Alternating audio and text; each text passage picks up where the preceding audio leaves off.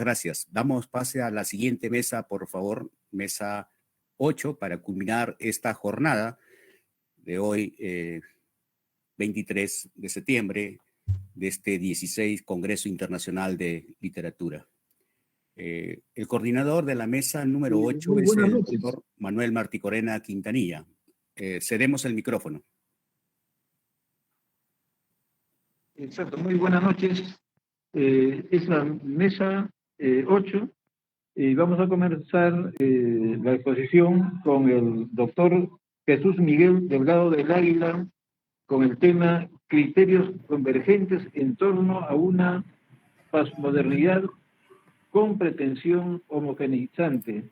El doctor es de la Universidad Nacional Mayor de San Marcos y se le cede la palabra para que inicie su exposición teniendo en cuenta que son máximo 15 minutos. Bien, buenas tardes. Agradezco la oportunidad para poder manifestar esta ponencia,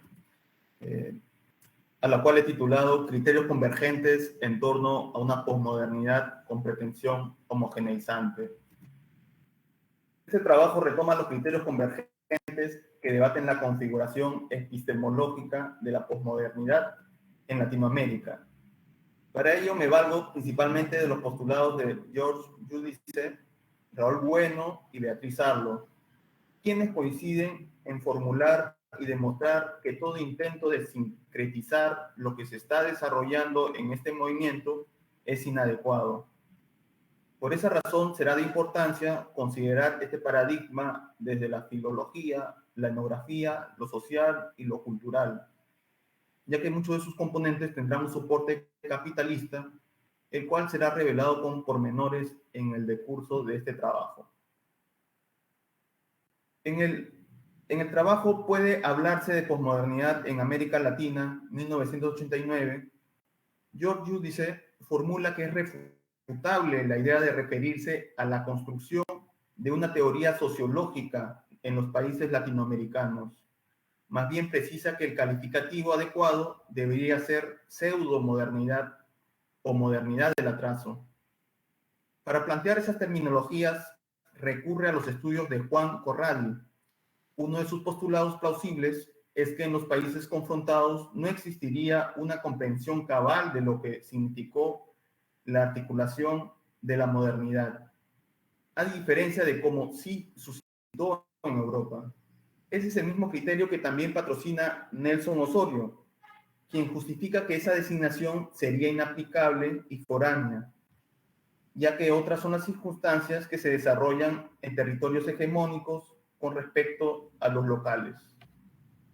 Es más, agrega que es imposible aludir a lo posmoderno porque nunca hubo modernidad en Bolivia, Panamá, Colombia, México y otros países en los que se apreciaron las repercusiones del narcotráfico en la política y la reorganización de la cultura. Obviamente, eso no ocurría en Estados Unidos o Europa. Se considera que para el concepto de posmodernidad sea explícito, debería constatarse la dinámica dialógica de respuestas propuestas estético-ideológicas. Esa premisa consistiría en que tendría que corroborarse una consecuencia inmediata a los postulados actualizados que van incorporándose en distintos sectores de la sociedad. Y bueno, hasta aquí hago un paréntesis para relacionarlo con el tema contemporáneo con respecto a varios países de América Latina, en el que forzosamente se incluyen, se incorporan conceptos sociológicos y bueno, se intentan forzar estos conceptos para distorsionar un poco la mentalidad de los ciudadanos, ¿no? Entonces, hasta el momento lo que he indicado es que el concepto de posmodernidad se ha incluido de forma arbitraria en la sociedad peruana y en general en Latinoamérica sin haber existido antes un referente, ¿no?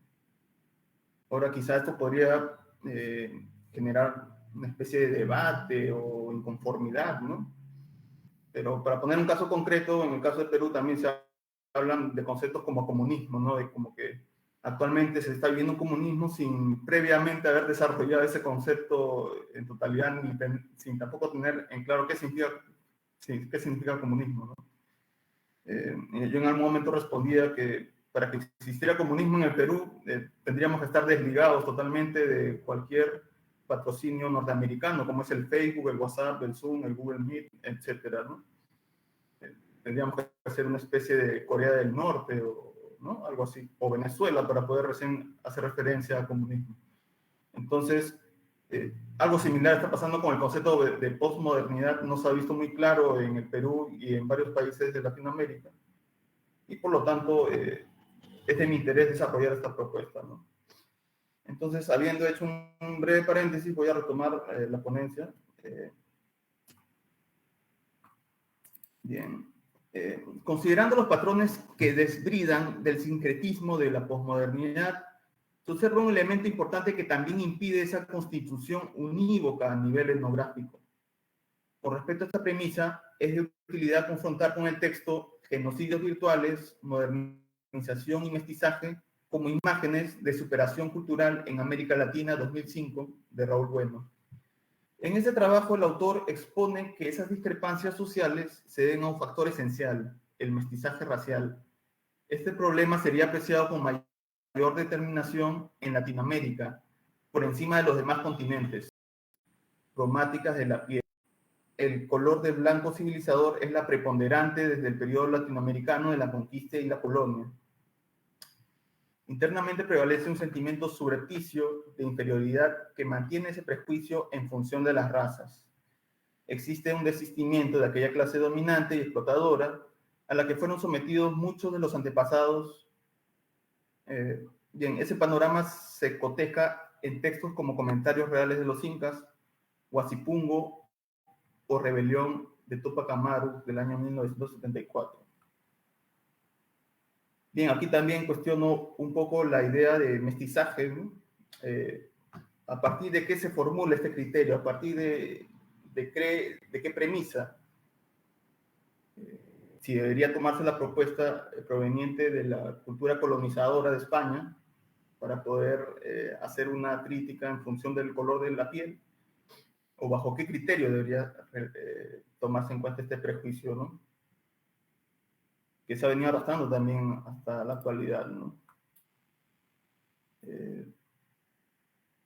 Bien, ahora, considerando la concepción de Beatriz Arlo, el reconocimiento de un eje en diversas ciudades es tan solo una utopía cuestionable. No hay un lugar que represente a una totalidad de regiones. Si existiera, es una evidencia de inequidad social. Estas discrepancias también son palmarias simbólicamente en la administración de los ciudadanos. Se corrobora a nivel educativo, laboral, económico e institucional. Un individuo no tiene elección ni decisión frente a los armisticios que efectúa el gobierno. Sin embargo, lo que importa en esta ocasión es cómo se establece un consenso para construir un discurso que recabe lo múltiple y lo simplifique de una manera plausible. De por sí, esa labor sincrética es arriesgada y poco convincente, tal como se ha comprobado cuando se alude a la idea de homogeneizar los patrones de la cultura desde sus propias desigualdades económicas. Aquí abro una cita de Beatriz Arlo, quien sostiene lo siguiente: todos los deseos tienden a parecerse, pero no todos los deseos tienen la misma oportunidad de realizarse. La ideología nos constituye como consumidores universales, aunque millones sean únicamente consumidores imaginarios. Y bien, había retomado esta cita de Beatriz Arlo, porque si nos ponemos a pensar un poco sobre quiénes eligen estos temas, por qué forzosamente se está viviendo una posmodernidad en América Latina, o el tema del mestizaje, porque ha sido incorporado durante un periodo largo en el Perú, nos tendríamos que pensar quiénes están eligiendo estos temas, ¿no? Y es lo que Beatriz Arlo también afirma.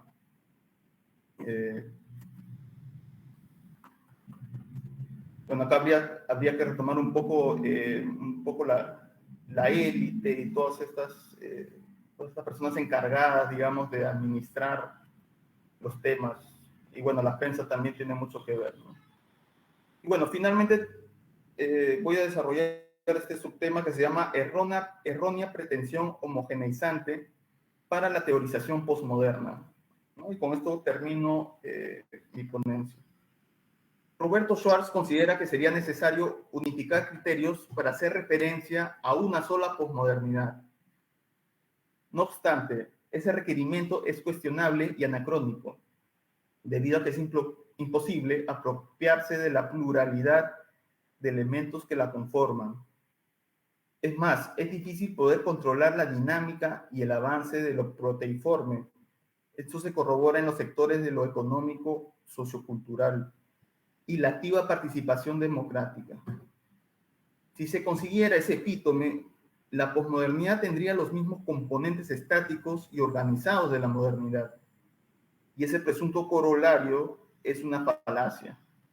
Ernesto Laclau y Chantal Mouffe promueven esa concepción al brindarle una razón instrumentalizadora que se basaría en que la posmodernidad no forja una identidad única e inamovible, puesto que lo latinoamericano está en constante cambio, no acabado.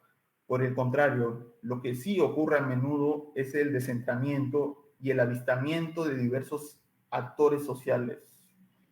Entonces, esa pretensión sincrética solo conduciría a asumir este movimiento como una utopía irrealizable. Con todo ello, la posmodernidad en América Latina seguirá revelando su condición autónoma y proteiforme con respecto a la forma como se articuló en Norteamérica o Europa.